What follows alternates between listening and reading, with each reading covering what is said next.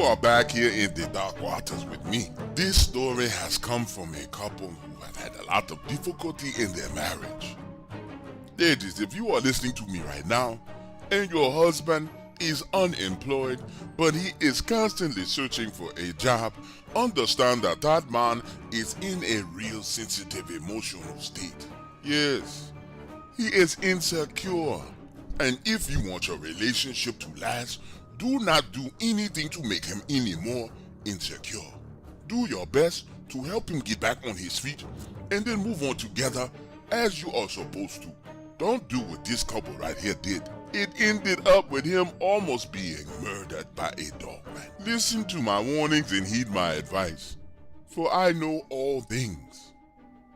And soon you will understand how much I do know. But for now, enjoy this story. Wait, some of you are retarded, and I need to speak out on this. I released the story recapping all of the stories for the previous week. And then you comment saying you have heard the stories before. The title says it is a recap. I understand that you rode on the slow bus and that you are so short that you can sit and kick your legs on the curb, but I do not allow that stupidity here. You have been banned. And if you return, I will chop your head off and put it on a pike. I will not even mount it on my wall. Yes, don't anger me with your foolishness. Think before you speak, or leave now.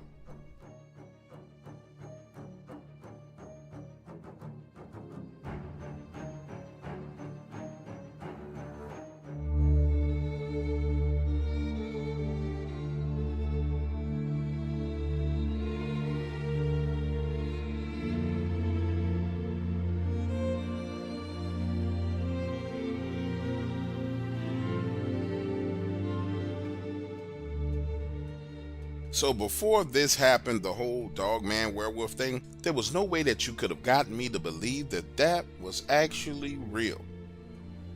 Nope, no sir, no way at all. My neighbor came over one day and told me that he saw something crazy on his property.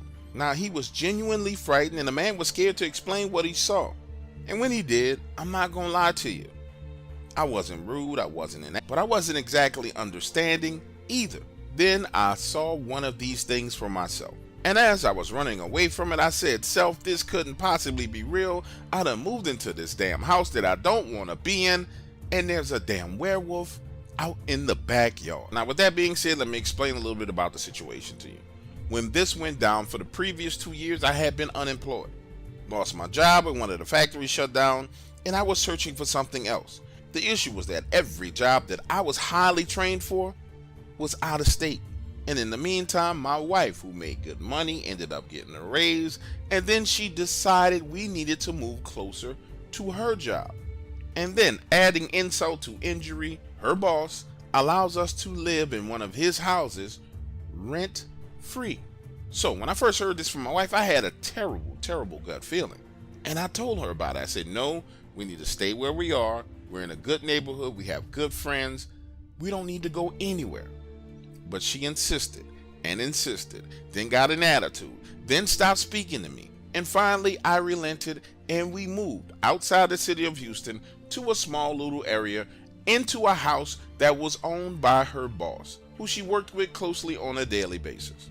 Then, if that wasn't enough of a dig and a bruise to my ego, that same boss decides that he's going to buy us a brand new riding lawnmower. I tell my wife we do not need to accept this gift, we need to give it back to him, but she insists that it would be rude to give the lawnmower back. Understand, this is a $5,000 riding lawnmower. And I tell her over and over again, baby, I just don't feel comfortable doing this. And then the attitude comes out and she says that I'm unappreciative for the blessings that are coming my way. Well, I take that $5,000 lawnmower that was still in the box, get it loaded onto the back of my truck, drive it off into Houston and sell it. Take a part of that cash, buy a used lawnmower, and put the rest of the cash. So now I'm feeling good about myself. I done slighted the man who at this point in time I still got a bad gut feeling about him and my wife. And I'm out on this used riding lawnmower cutting the grass. It's Friday, 4 p.m. I'm on the far back side of the property. had headphones on trying, to stay out of my head. Because like I told you earlier, part of me was insecure about being unemployed. And the whole situation I found myself in was just awkward, weird, and strange. And then on top of that, I got this slick son of a who's doing stuff technically for both of us, but in my gut, I just feel like he's trying to screw my wife. And if that wasn't enough for you, either my wife was being completely and totally naive, or she had already jumped out the window and started cheating on me with him. Listen, I'm just telling you all the things that were going through my mind while I was cutting that grass, therefore the reason why I was wearing those headphones, listening to rock music. I'm riding along cutting that grass, and then I noticed that the trees on the backside of the property start to shake violently.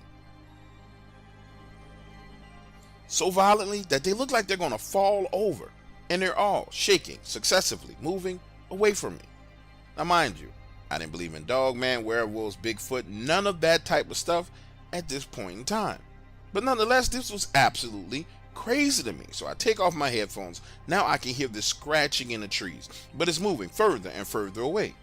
Well, I decide it's probably good to go see exactly what's going on, so I walk into the woods about 15 feet. And you know how earlier I was telling you that I get these gut feelings? Well, my gut is screaming at me, yo, this is really, really bad. You need to get the hell away from here. Because now the trees about 60, 70 yards away from me start shaking and rocking and swaying, but this time just shaking, rocking, and swaying back in my direction. And listen to me when I tell you that this is one of the most terrifying things I've ever seen. Now, the distance from the spot where I was standing to the back door of the house was about a solid 75 yards. And I'm not gonna lie to you, I take off running full sprint on my way back to that house. Didn't even see anything at first. All I needed to see were those trees shaking. I get about 25 yards away from my back door and glance over my shoulder, and one of those trees is literally bent all the way over to where the top of the tree is touching the ground, and climbing down out of that tree is what everybody describes as a dogman. But to me, I'm gonna call it a big old werewolf, because that's what it looked like, a big damn werewolf. Listen, scared me so much, I ran straight into the house, through the side door, into the garage, cranked up my car, pulled off, and left. 25 minutes later, I'm back in my old neighborhood, sitting outside talking to my best friend Heath, who used to work at the factory with me, explaining to him what the hell I just saw, and he is just looking at me like I'm crazy. Then I call my wife at work and try to explain to her what just happened, but she's busy. She's listening, but not listening, and I tell her, babe, it's not a good idea for you to go back home. Come over here and meet me at Heath's house and we'll go home together. Like I told you, she's not listening. She's there trying to hold a conversation with me and talk to someone else in the background. We hang up the phone, and now I'm sitting there contemplating what I should do. I didn't even want to be in this damn house in the first place. And now I learned that we got a goddamn werewolf in our backyard. Listen, my wife gets off for normally about 5:55, 6 o'clock. She gets home about 6:20. Now, I thought I was leaving early enough to beat her home. My plan was just to sit in the car in the driveway, and when she pulled up, to get out and explain to her that we need to leave. But I get caught in traffic. Don't get home to 6:45. While I'm driving up the street to the house, she calls me on the cell phone saying she needs to talk to me about something very important. And so now I'm thinking that my old lady is about to break up with me. But when I pull up to the house, she says, have you been in the backyard? And I tell her, yes, I was in the backyard cutting grass, and I told you there was a monster that came out of the tree. She says, no, go and look in the backyard right now. So now I'm walking through the front door, out the back door, into the yard, and that entire lawnmower, the big riding lawnmower I told you about earlier, that son of a is broken, smashed into pieces, spread all over the yard. And then she tries to tell me that I'm the one who did that because I'm insecure about her boss getting us this house and helping us get the lawnmower.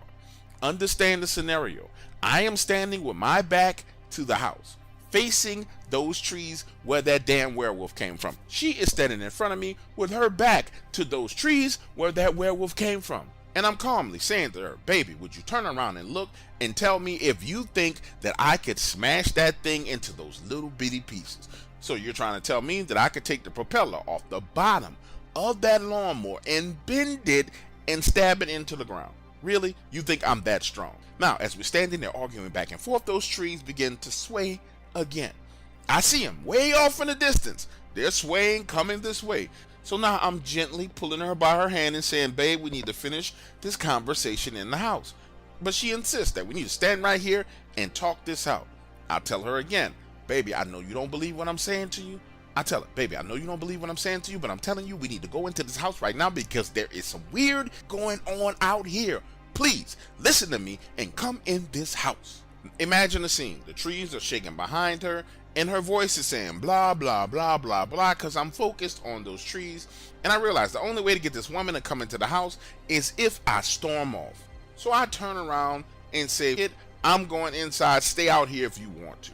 Sure enough, as I turn and start storming off, she follows me into the house, closing the door behind her. And once that door closes, I grab her by her shoulders, turn her around, push her literally into the door and tell her, look out there and tell me what you see. My wife sees those trees shaking back and forth like King Kong is holding those and using them for pom-poms. Turns around with her eyes wide open and says, what is going on? That's when I tell her, it's time for me and you to go. I will explain it to you later. Get your car keys. We are going to Heath's house to stay for the night. When we finally leave that neighborhood and get to my friend Heath's house, his wife and my wife are in the kitchen talking. He and I are on the back patio having beers, and I'm explaining to him all the drama that has just transpired. And that's when Heath goes into this diabolical line of questioning, saying, so, you're worried about your wife's boss trying to screw her, right? I'm like, yeah, I don't think that whole situation is kosher. I think he's trying to bust a move and do what he's doing, right? And he says, so he's the one who lets you live in the house rent-free. And I'm like, yeah, that's strange. You know, he wants us to live in his house, almost like he's taking care of my woman for me. Understand, Heath is sitting there, nodding his head up and down, like, yeah, I agree with you. I agree with you. Then he says, and it was her boss that bought the riding lawnmower, right? And I said, yeah, he broke every male boundary he could. His next question is, so your neighbor saw something weird as well, right? And I'm like, yes. He was like, now let me ask you a question about your neighbor. How does your neighbor cut his grass? Does he use a riding lawnmower? Does he use a push lawnmower? What does he use? And that's when it dawns on me. My neighbor, the one who said he saw the werewolf thing as well, he didn't use a lawnmower with a motor. He used one of those old school circular push blade grass cutters. And in fact, the only other two people on the street, when I saw them cutting grass, they were using his push blade mower. That's when Heath rocks back in his chair, takes a sip of his beer, and says, I think there's a little bit more to this than you realize, my friend. He says, you see, I'm willing to bet you her boss that owns that property knows that there's something bad off in those woods. And he's experienced it himself. And I'm pretty sure that he knows and understands that running a lawnmower in that neighborhood pisses whatever lives off in those woods completely and totally off. But yet, he bought you a brand new lawnmower. And as Heath is talking to me, explaining this from his perspective, it starts to dawn on me. He might be right. This dude, her boss, might have been trying to whack me this whole time. And those same words came out of Heath's mouth. He says, you know what, brother? I think it was something more nefarious going on. I think he was trying to kill you. And after he killed you, his plan was to take your wife.